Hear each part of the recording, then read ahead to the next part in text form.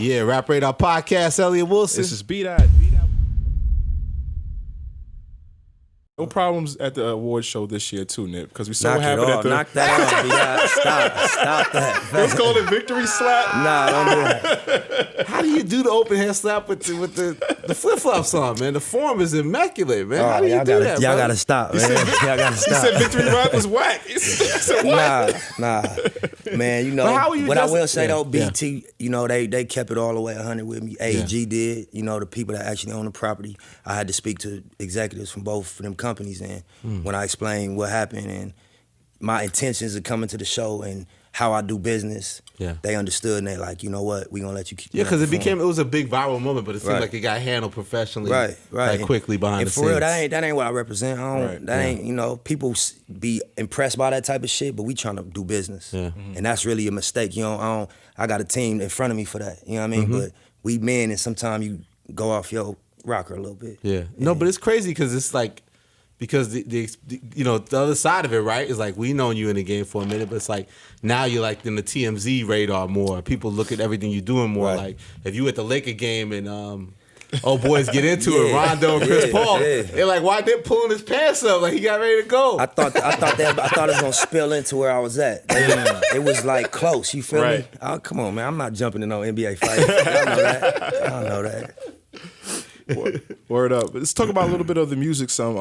Because last time we interviewed, the album wasn't even out. Right. So now I'm listening to, like, you know, with fresh ears or whatnot. But I noticed on the intro, you had Wifey do some vocals. You got that? I caught that. Did I tell you that? Nah, I caught that. How'd you? Oh no, you seen the credits. That's how you seen that. Yeah. That's her saying victory lap. Yeah. Okay. Yeah. And then all through the album, in between songs, you hear a woman voice. That's on. Yeah. Oh, so she's getting pub on the album too? Royalties? Like some, how much is that worth? How much percent is that worth? You tell me, Bdot, what she deserve. She deserve everything. I don't know. I don't know about everything. Tidal, man. Yeah.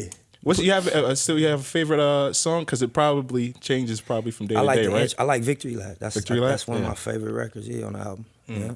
What about What's your favorite, Elliott? You know what I did? I went through each song. I'm a nerd, and I was like, I wanted to ask you about a key line from each record. All right, you know what I'm saying? What's your favorite? I think it's Make a Million While You're Young. Right. And I have a hot take about it. I feel like this album is very motivational. So whenever you get like a paycheck or you get some money or windfall, I listen to that record and think about how it's invested. I said on Twitter that I think the second verse is like a TED Talk for, you know, how to save money and stash and whatnot. And I really like that record. Who's doing that little interview part? Like, who is that?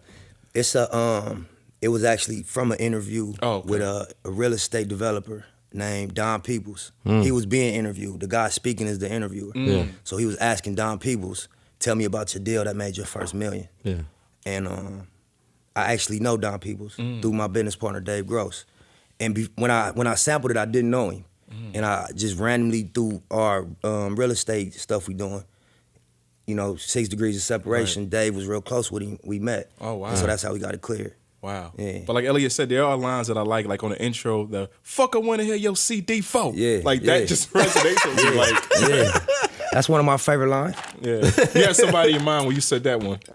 I mean, you know, that was one of the songs that I just went in the booth and I ain't really write to it, so that was just like a natural reaction. And that was usually called Mean Streets, right? And you didn't even know it was gonna be the intro, per se, right? Exactly, that was one of when we did the sequencing, that was one of the last decisions I made was to put that record first. Because I had it was kind of hard for me to figure out what I was gonna put first. I was gonna put Right Hand of God first.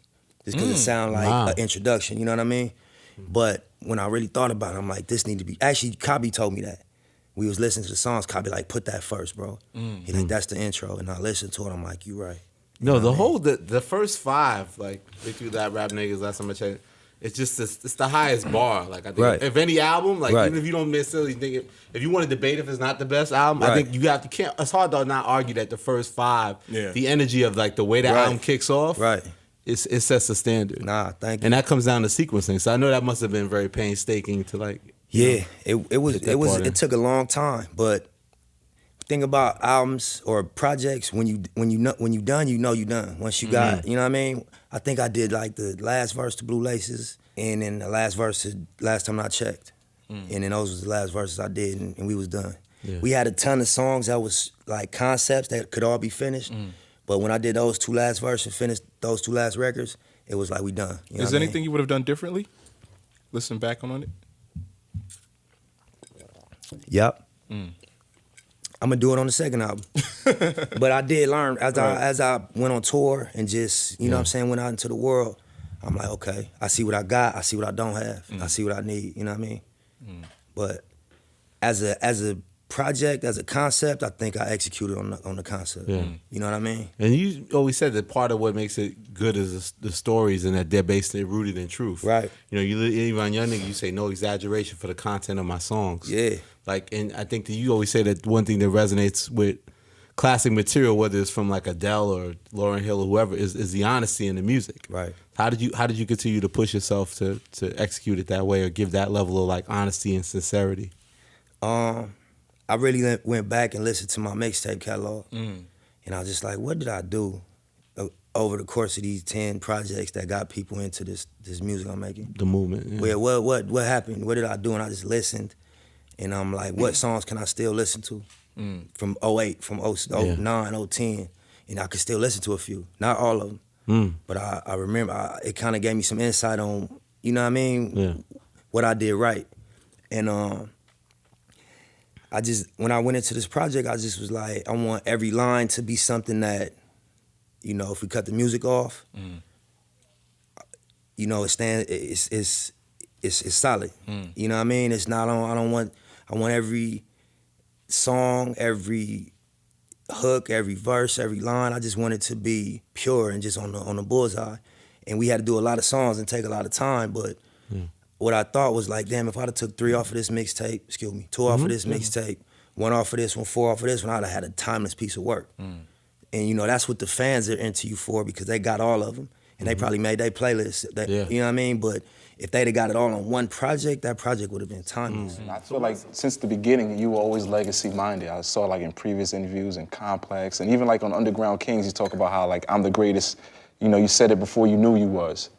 Like, did you always have this confidence coming into it, just thinking about the long game? Yeah, and I also feel often that that things that I repetitively think about or say, I'm able to manifest.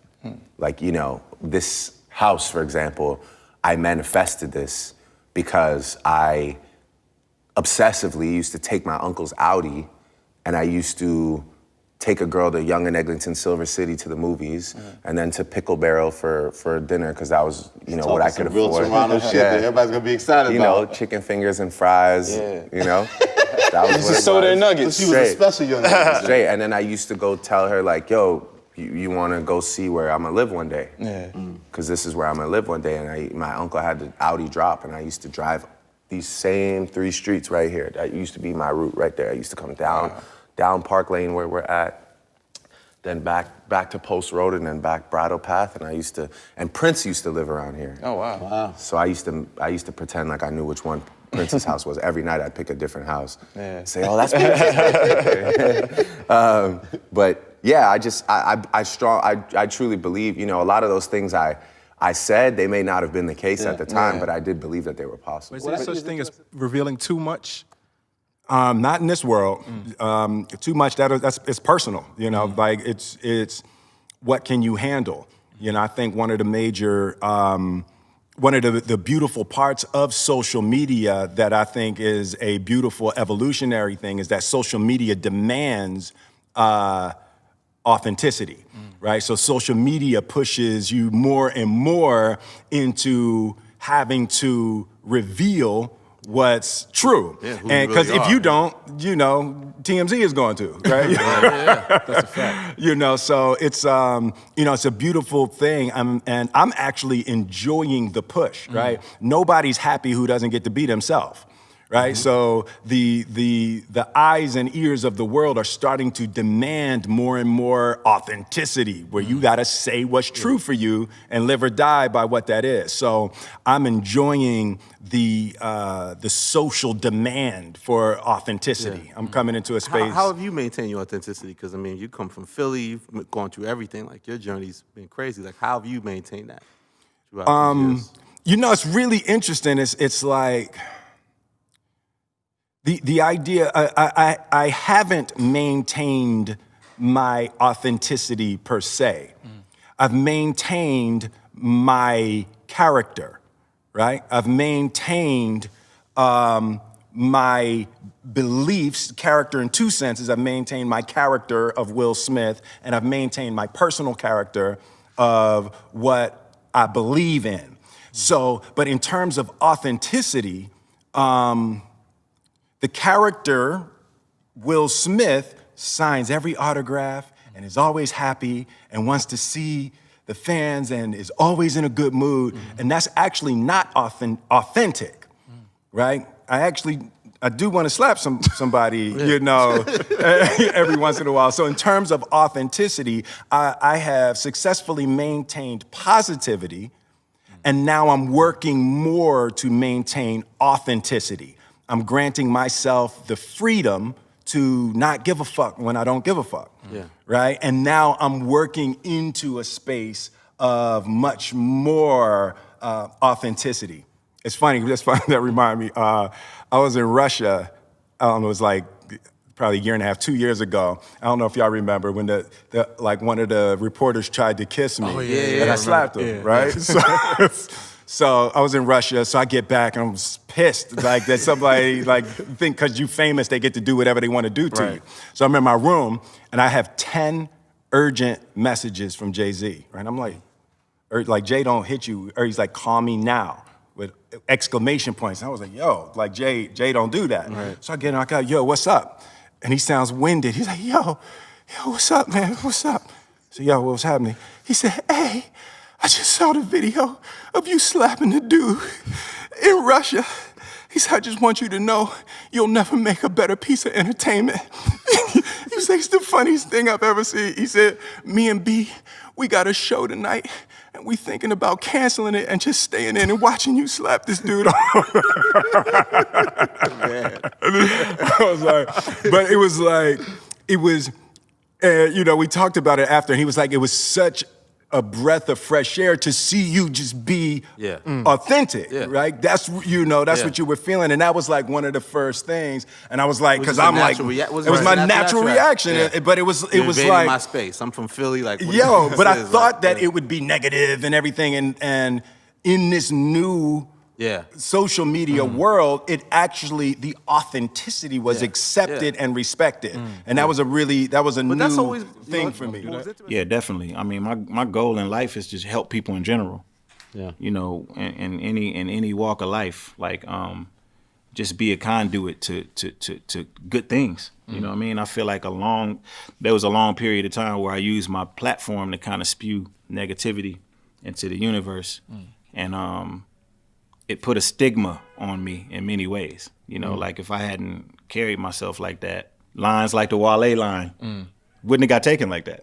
You know what I'm saying? So it's like now I got to kind of be careful. I got to kind of walk eggshells around my own creative prowess. You know what I'm saying? So I just feel like it needs to be balanced out now. I feel like based off of things that I've been through in my life, I'm really not supposed to be here. I don't want to sound cliche in any way, but man, like the things that I survived, I just don't feel like I'm supposed to be here. So, like when you go through things like that in life, you have to understand and find whatever your purpose is here. I understand what my purpose is to share some of the information that I've acquired from making countless mistakes. There is not a mistake that any of these young guys made before or are gonna make that I haven't made. Right.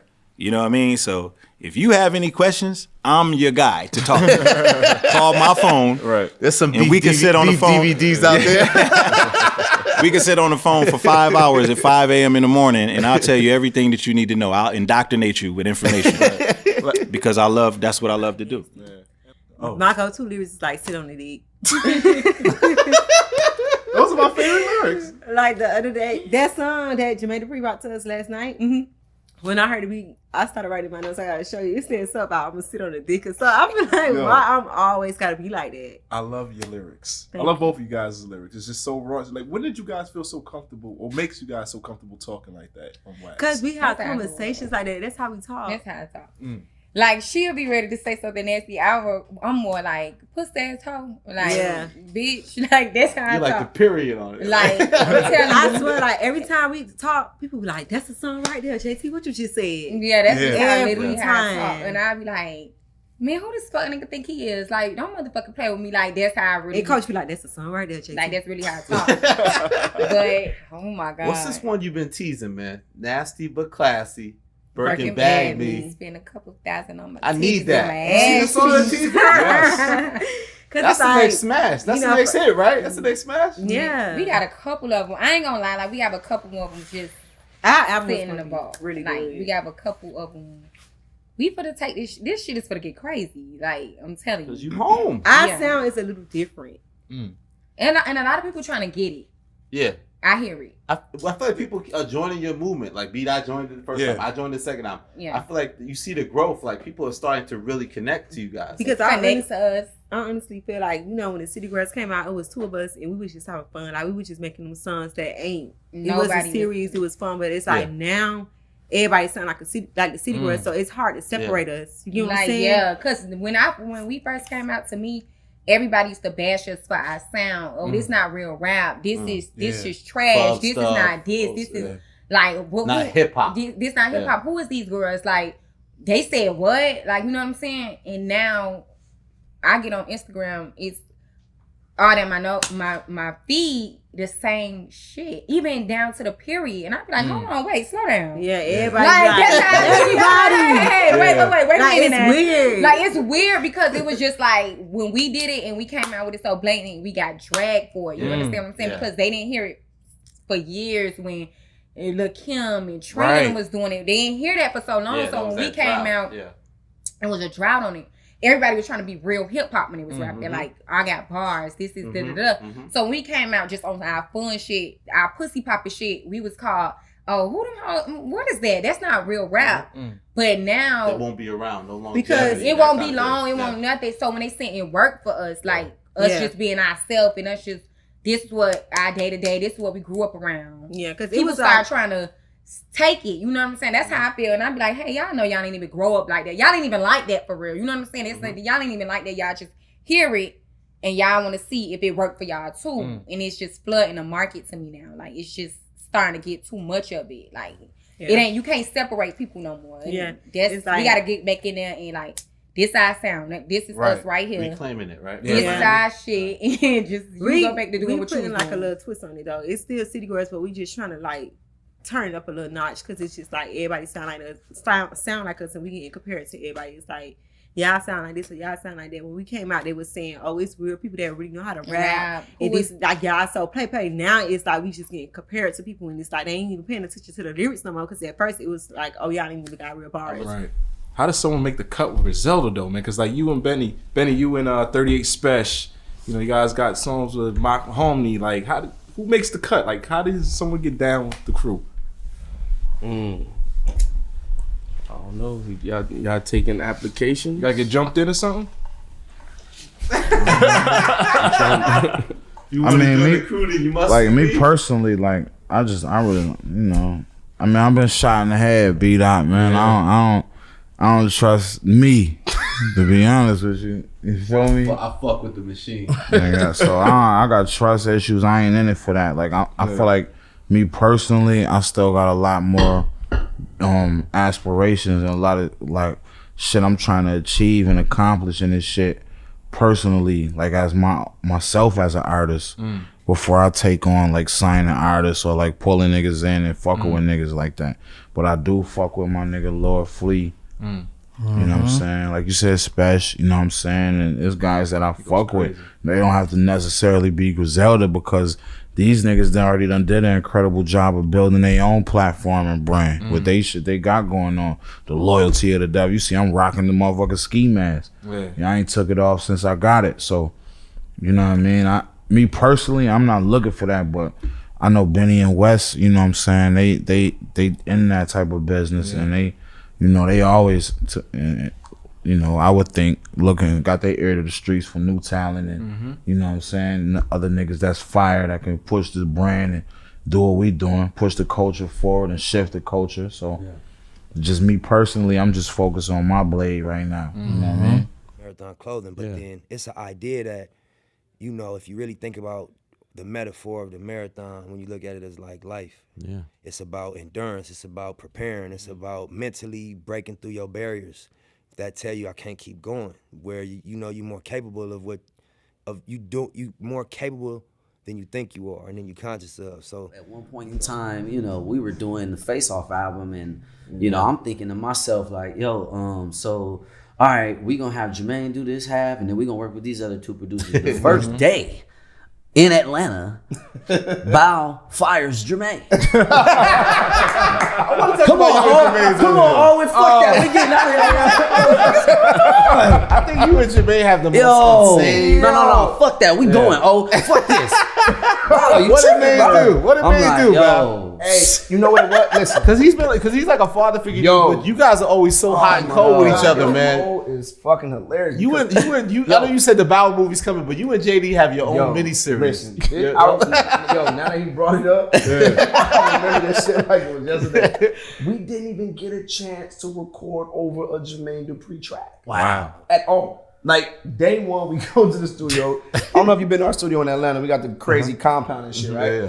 So we go in there, and I believe me, Jermaine, we're just talking, right? And I'm just like, you know what? I'm just not really feeling what the fuck he's doing and the records that he wants us to do. I was like, I'm gonna get some JD beats, and this is my dog. And I was like, okay, see, this that father and son shit.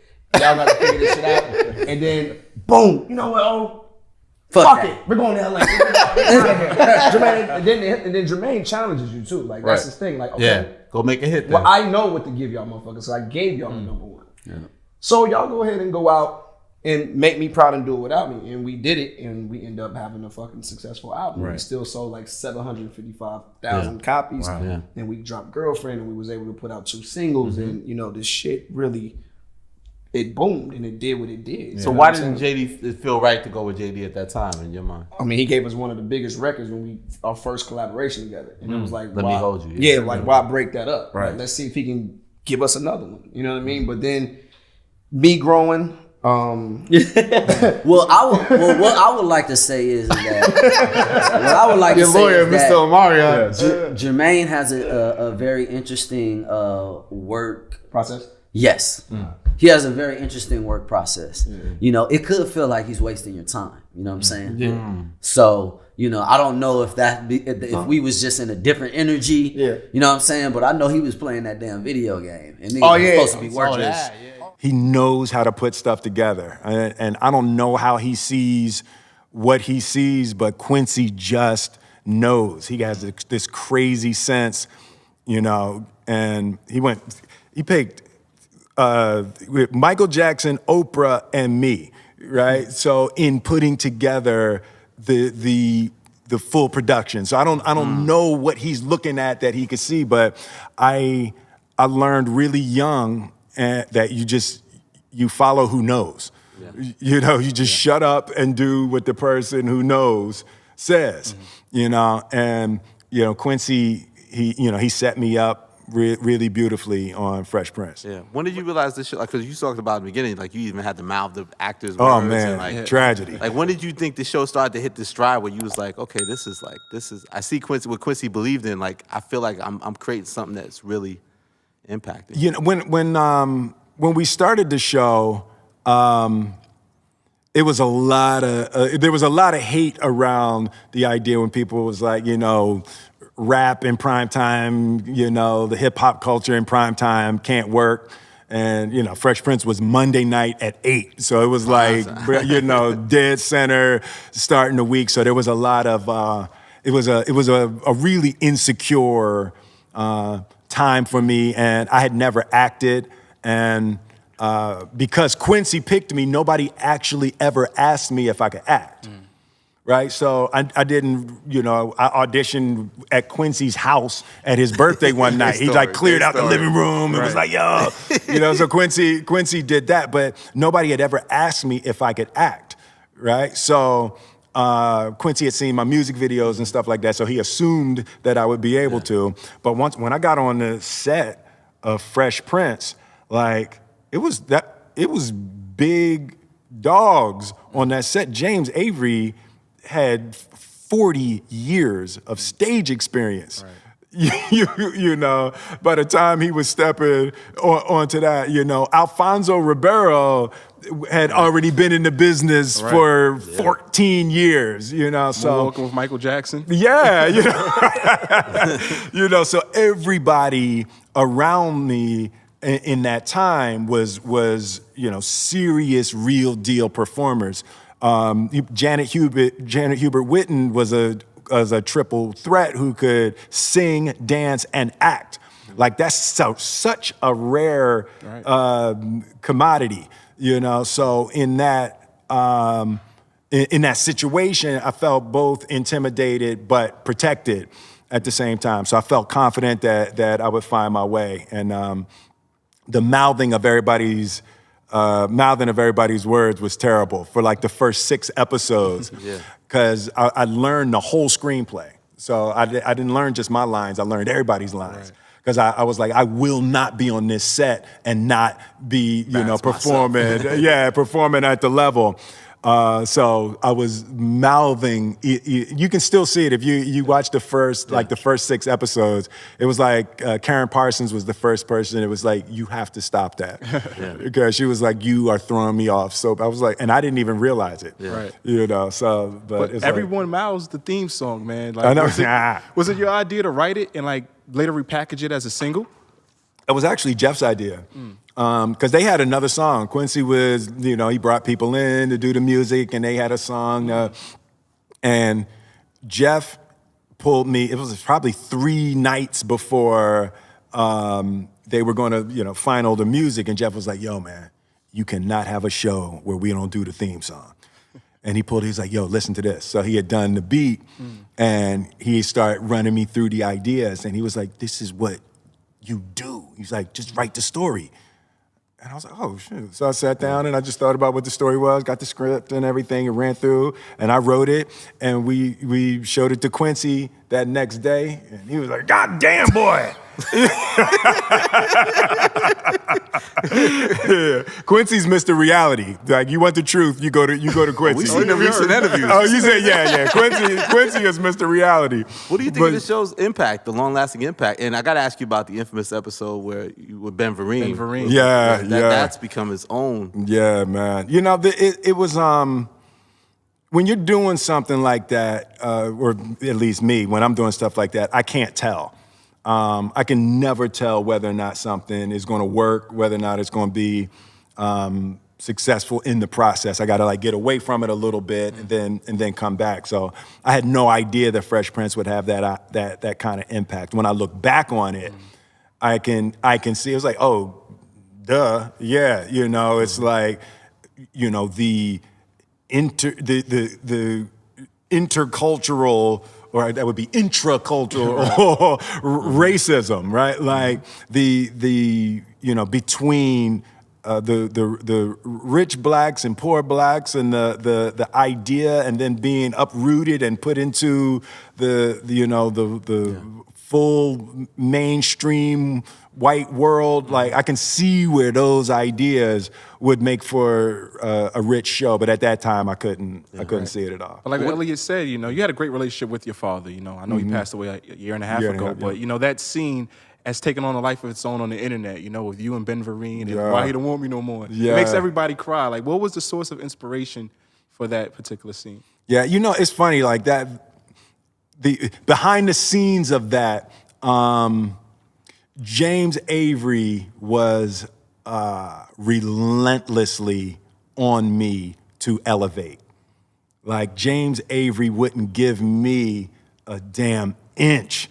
Like, everything I said, everything I did for James Avery was like, nope, not good enough.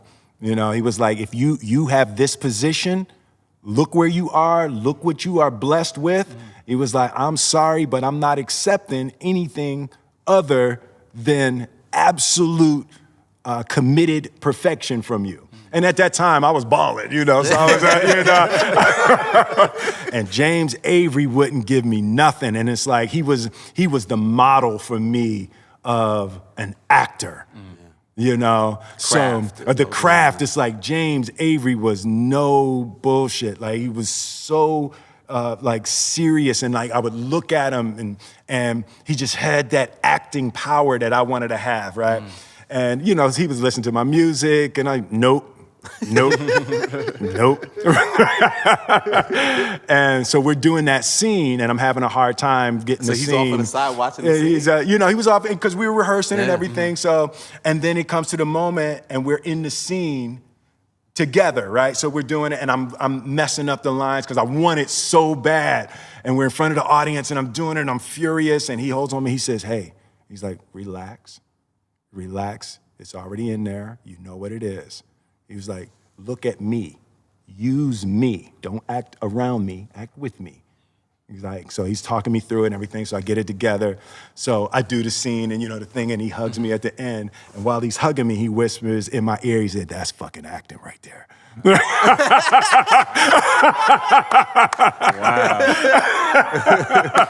And I'm like, it makes me teary right now. Because it was like, I was using him.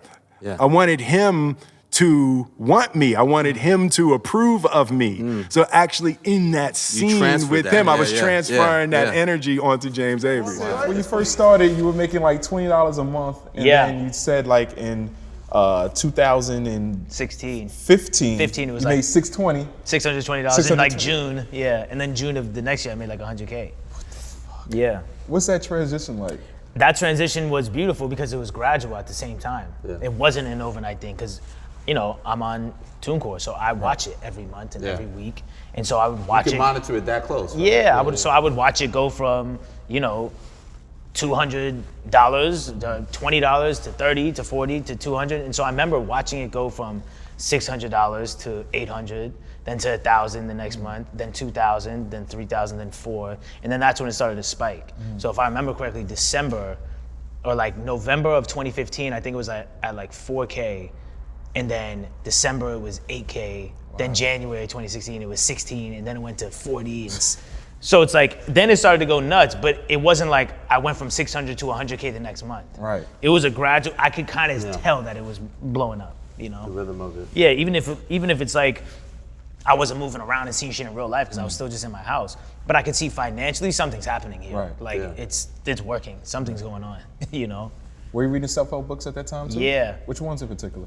So 7 Spiritual Laws of Success by Deepak Chopra, The Alchemist, Think and Grow Rich, and Magical Ladder of Success, Napoleon Hill. Right. So, but I read those. I want to reread them again because like I haven't read them in a while. And I feel like that's one of those are those books where you can just flip open. I just go in there and I just go. I just go until it's time to sleep or until it's time to move on to the next thing, and that's what makes me a madman. And in between all of that, a lot of the young guys come through and I preach to them all day. Sometimes I end up yelling. That tough love? Yeah, you gotta, because I won't let them take their confidence down. I keep their confidence up. I keep the morale up at all times because, all success starts here. It starts here. As long as you can think it, you can see it, you can actualize it, you can visualize it, you can actualize it. That's how I feel. Right. So like the labels, the powers that be with all of the marketing dollars, they're actually marketing fame to you. And they're marketing a certain kind of fame, which is a drug. And they're also marketing to you the importance of numbers, which numbers do have their place in the category of importance. Right. They do. But they're not the end all be all. So the idea of uploading a video to YouTube or uploading a video or a song to wherever online. Your favorite DSP. Yeah, and then going back 2 hours later and looking at the views or looking at you know, like, and then being the depressed if the streams, number's not where you think it should be, or whatever. and then putting into your mind that's a failure, right? Because it doesn't add up to Lil Headache Medicine, who just signed up. Lil Headache Medicine. Gonna sign Lil Headache Medicine. Lil Headache Medicine, who just signed a deal for $10 million because his breakout video had 50 gazillion views. All of that shit ain't true, right? You know what I mean? So you know, but that doesn't make his song better than your song, right? Really? Yeah, it's like it's subjective. It's art. I don't believe a lot of that shit. I really don't. Yeah, I really don't. Next person I see saying they signed a $10 million deal, I want to see. I want to see that contract. I want to see what you gave up. With you. I want to see what you gave up for that $10 million. You had to give them your children in order for them to feel like they can make that $10 million back. The shit just don't make sense to me. But you know, stepped out of your element early this year, man. We saw you on that stage with Jay-Z. Yeah, the B-side show. Yeah, it was cool. It was good money, to say the least. We had Jim on early. I said I was screaming like a 13-year-old girl, man. I was like, why do you feel like that was a good time to squash the beef? I mean, tell the truth, it really wasn't never like real physical beef or anything like that. You know, when I was up at Rockefeller, I really believe, my personal opinion, and you know, just not stirring up a bunch of old dust or whatever, is that we came up there, and because of my situation at Sony, we just started diplomats. I'm referring to. We came up there and started moving real quick because we got jerked around at Sony, and we learned the business. And when we got to Rockefeller, we already knew what we had to do. We know who's running radio. We know who's running promotion. We know who's head of marketing. Okay, cool. Def Jam's downstairs. We're going downstairs to speak to Kevin Louse, to speak to Kaiser, to speak to Lior, to speak to Julie Greenwald, and. You know, I'm not saying this how Jay-Z felt, but it felt like maybe because his other artists didn't do that. And it might have been wrong, too, on our part. We was jumping the gun.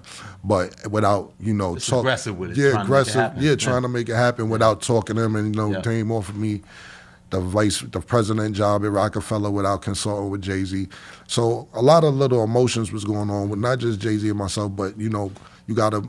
Brooklyn there, and Philly there, and Harlem there. There's a lot of different crews within crews. So basically, it probably didn't mesh, and we was moving a little too. I'm not gonna say too fast. We did what we had to do because we came from a messed up situation. Yeah.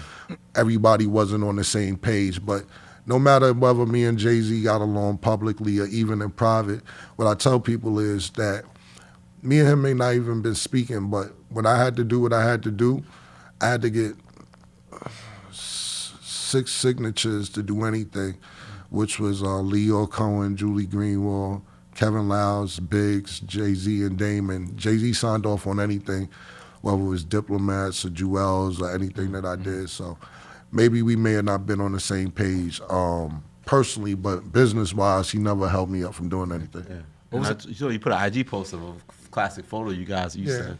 Well, this is even before records, like there's history there. Yeah, well, you know, Dame and Jay-Z grinded for a long time to get to where they was at. You know, they was trying to get record deals, and luckily for them, they didn't because it turned out to be beneficial on their part. But yeah, I mean, I remember Jay-Z opening up for Method Man. It was like Dame and Jay-Z had these Lexuses, and I used to ride around with Dame, and Bleak would ride around with Jay-Z. And I don't know if it was Penn State. It might have been Penn State. We drove out there, just us 4, to open up one time for Method Man. And not me opening up. Jay-Z was opening up, and he had that one song with Bleak at the time, Coming of Age. So he did the song, whatever. But I was around them for a long time, well, before they even had any records going on. And it was cool to see everybody come up like that. So the conversations prior to the show, even after, were just real simple, like... It wasn't really big conversations. Jim called me. He said, Jay wants you to perform. I said, cool, it's not a problem.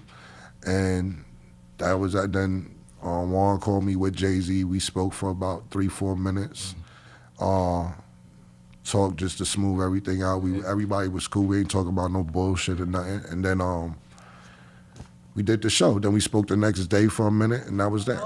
Am I getting my joint nasty but classy? Yes. Baby. Man, we got What so much. What song is that? It's called Job. We gonna name it Jobs.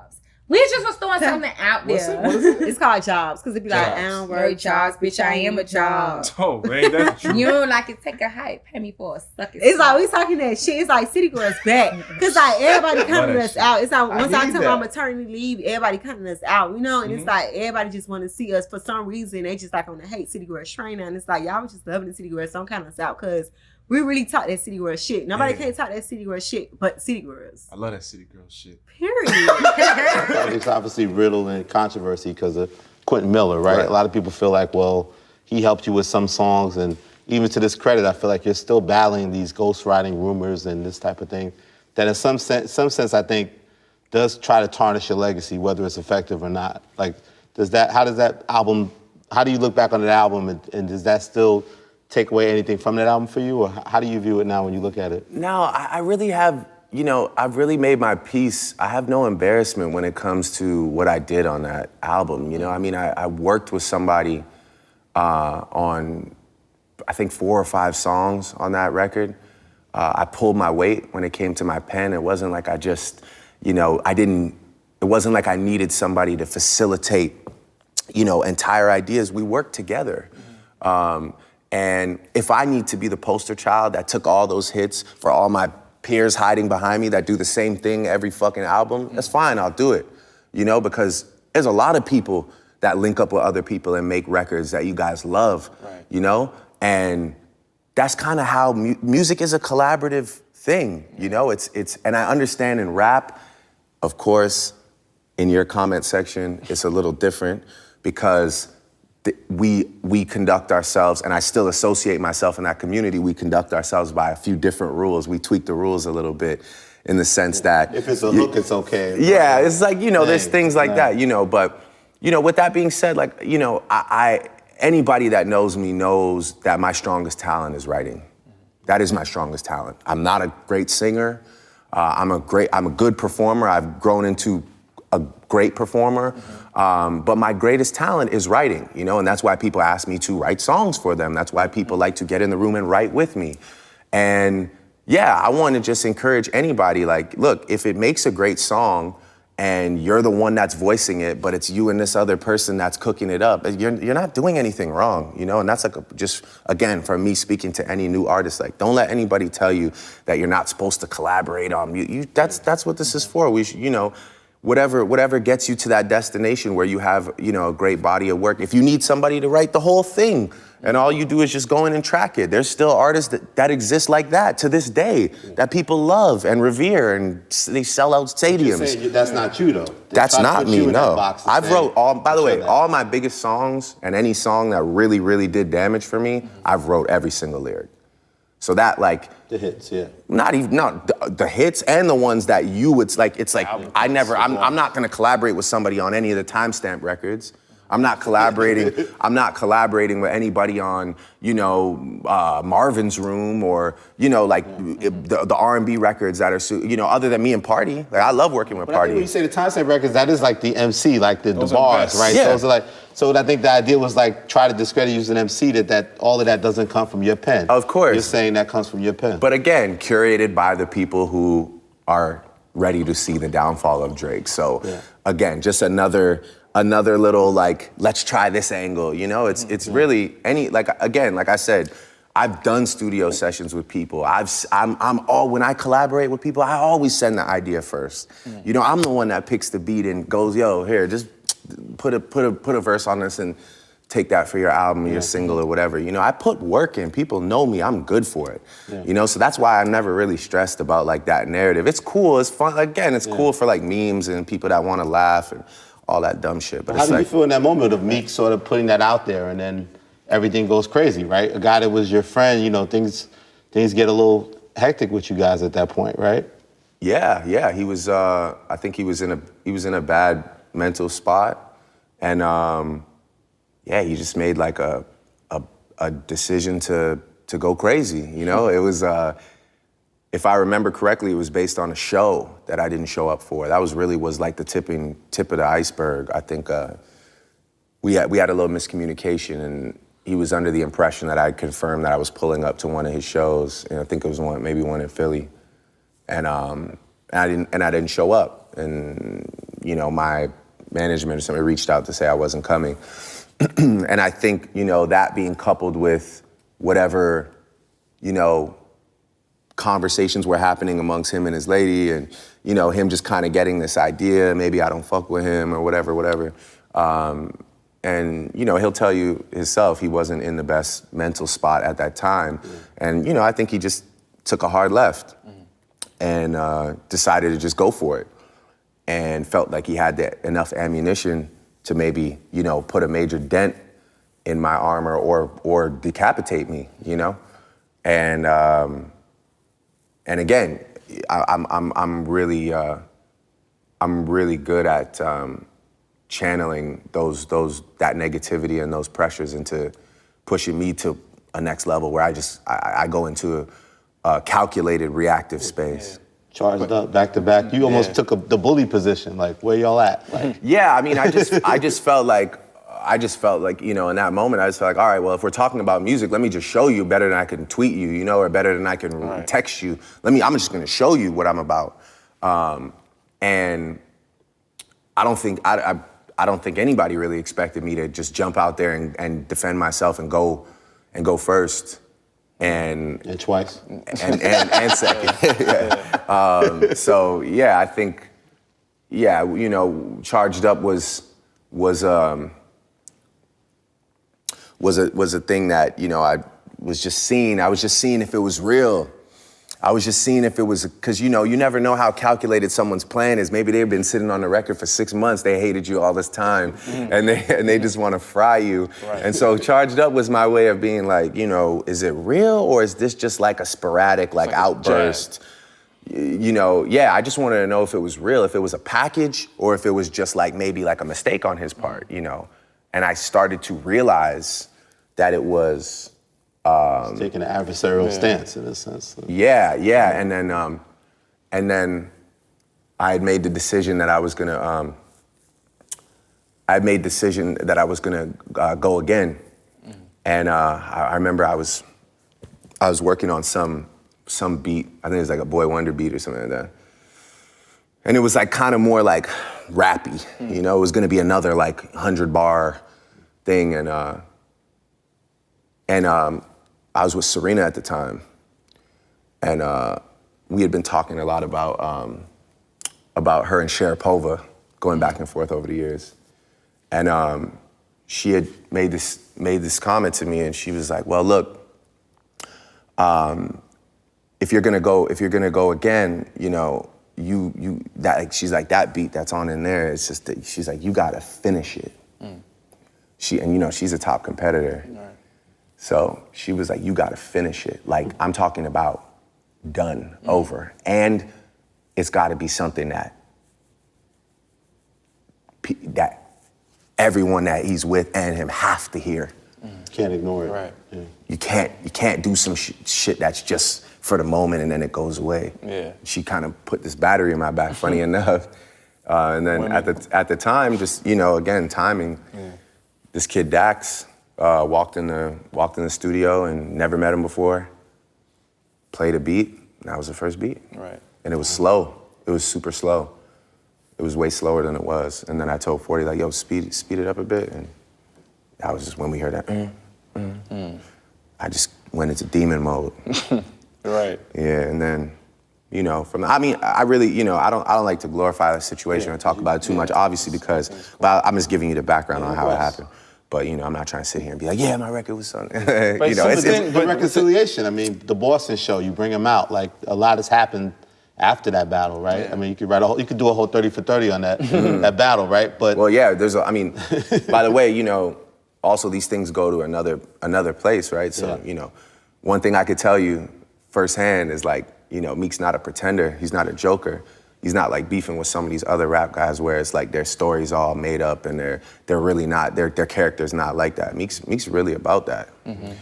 And so, and I can tell you firsthand, straight up. You know, I'm not gonna. You know, I know obviously he's made a change in his life, but I'll be the first to tell you that Meek's that guy for real. So it's like I wasn't beefing with no punk, right? You know, and it's like, yeah, for us to be able to turn that around was a big thing. I think we both felt our obligation just to everybody that had eyes on us, all these young kids. We had to turn that around because we know how far it was going, and almost went, you know. So when you talk about reconciliation, you obviously have Chris, Meek, Tory, Puff to an extent, you know, and things have been exasperated by Pusha.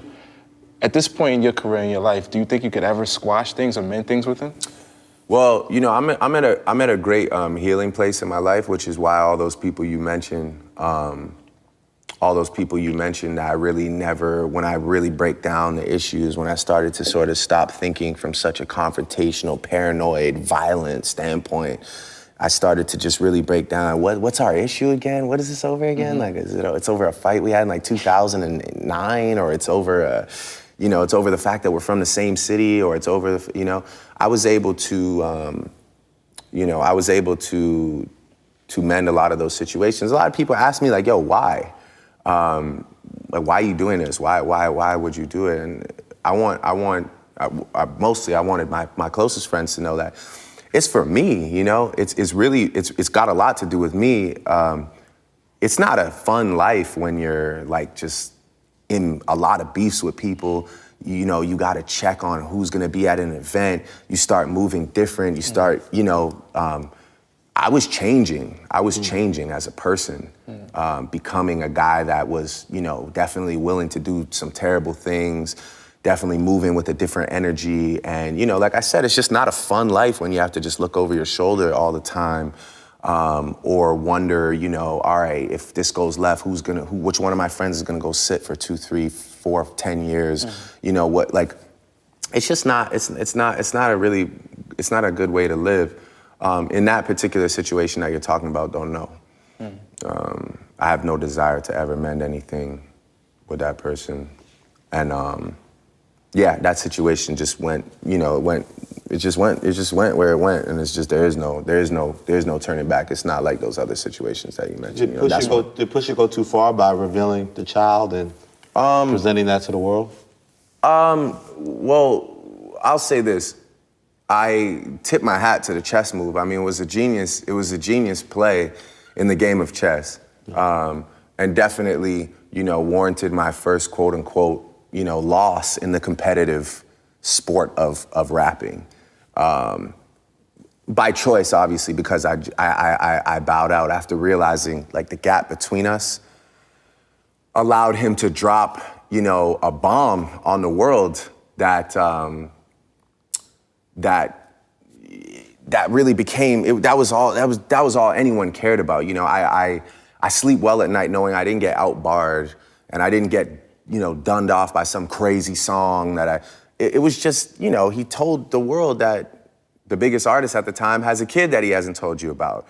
So I knew kind of for me it was over at that point. It wasn't even about battle rap or any of that. It was just the information was too shocking. It was, like I said, on his part, it was a genius chess move. For driving this business, because you both have had like a lot of public stuff that's been drama that played out, and everybody got an opinion about it. Like, how do you get through that? How do you carry through the storm of the ups and downs that this career has, especially when all the attention is on you? I think for me, you know, starting very young, you know what I mean, definitely build up that Teflon, you feel me? You know, making sure you just continue to focus and, you know, do what you need to do. Period. That's it. You know what I mean? Don't worry about nobody. Don't worry about anyone else but yourself. And that's how I live my life. That's that icebox. That's my life. That's my life. I feel away. For me, I feel like whatever lives online. That's why I love the movie The Matrix more now. I can appreciate it because it's like a lot of this shit just lives online. It doesn't resonate in the real world. And when I did the Bow Wow challenge, the shit was funny. It was fun, and I fucked up, slipped big time, right? But it didn't stop none in the real world. I'm going outside. Nobody talking that shit to me. Ain't nobody saying shit to me about that shit. You know what I mean? So it's kind of like, it goes back to what I was saying, they're just blocking it out, but also understanding that a lot of this shit it just lives on this. On this world, but it doesn't resonate in the real world. I would say it could be a small world with big voices, exactly. but it's not really that. It don't resonate at all. It's not stopping the girls from pulling up where we say this is where we at. It ain't stopping the flow. They can't stop that, Bdot. It's not stopping business. Motherfuckers want to call you even more. It's like, this is the weirdest shit in the world. But it's like you said, it's just a mental block. We know who we are. We're comfortable with who we are, and we just rock like that. And we've been doing this shit for too long for anything or for somebody to say something about us for it to phase us. It just. Yeah, I mean, I know it sounds very simple, but it is it's a key rule to keep, you know what I'm saying, within yourself, because, you know, if you do allow some of that energy in, you know, it might transform you in a way where you're lost, you know, trying to please everyone, you know what I'm saying? So you got to really steadfast in your purpose, and, you know, we here for a reason, so that can't never take me out the room, because I'm here for a reason. So absolutely, even if I'm not in the room, and getting longer, getting stronger. I'm just saying, even if I'm not in the room, I'm in the room. Right? Yeah, because I'm here. 20 years though. 20 years, I know. 20 years of marriage together for 23. Wow. Yo, hardcore. How do you do it, Will? Hey man, you just I'm on 13, man. Yo, 13. No, 13 is good. Now me and Jada, it's funny. Ruby D died a few years ago, and her and Ozzie Davis have been together for 50 years. Yeah. So me and Jada was struggling hard. So we went to go talk to Ruby D. So we sit down, and Ruby, she was just you know, when people have that look, like when you just understand they get life, they got it. Right. You don't know what it is, but you can just see the look where they got it. And Ruby got that look, and she's sitting. So Ruby turns to Jada, and she said, "How long you known him?" And Jada said, at the time it was 17 years. She said, "I've known him for 17 years." Ruby said, 17 years? Shit, you don't even know him yet. Wow. Right? She said, "Just relax." And that was her whole advice. She's like, you don't even know him yet. And it was like the idea that 17 years, you don't even know him yet. And that is so deeply true. It's like, as much as marriage is a relationship commitment, it really is a singular commitment to yourself that you are going to use your marriage to develop yourself. Right? Marriage demands that you be the best version of you, or it ain't gonna work. Right? So, you know, Ruby really locked us into that space where Jada and I realized that we were on individual journeys. We were both trying to force a marriage when actually, you know, if you think of us in terms of a seed and soil, are they married? Right, is a seed, it's not married to the soil, it's just growing together, both doing what they were designed to do. And me and Jada sort of found ourselves into that space where we don't even say we're married anymore. We refer to ourselves as life partners, right? Where you get into that space when you realize you are literally with somebody for the rest of your life. There's no deal breakers. There's nothing she could do, ever. Nothing that would break our relationship. She has my support till death. Right. You know what I mean? And it feels so good to get to that space where you're not complaining and worrying and demanding that a person be a certain thing to sort of satiate your ego deficiencies, you know? You're not demanding that somebody be a certain thing so you feel better about yourself, you know? And we've sort of come into this really beautiful place. She said a couple of months ago, she said, you know what? People think love is red. It's not, it's blue. It's like water. It's not like fire, right? And I was like, it's just such a deep concept, and you know, coming into that space, this right now is the best time in my life ever. Right. I've never been happier, and I hate using the word happy because it really doesn't describe what I am. Right? It's like happiness is peace. It's not pleasure. right? And everybody thinks happiness is trying to get as much pleasure as you can get. There is nothing more agitating to your mind than extreme pleasure. Right. Right? It's like peace. And it's like you just come into that beautiful state of needlessness where you realize you really don't need nothing. Right. You know, and I'm just I'm ecstatic, you know, and in the peace of my life right now. Right. I heard you say something about in terms of like the business, how people consume music. That so you said an interesting quote. You said like almost like the metric for success almost is inspiration. Because a lot of times before you even had the catalog, people always speak about Nip Hussle, like he inspires me. Can you talk about how that like it still continued to be like to me like the foundation of what you do? Like you creating great content, but it still inspires others. Right. Yeah, I think I read that somewhere. It was just like the highest human act is to inspire. You know what I mean?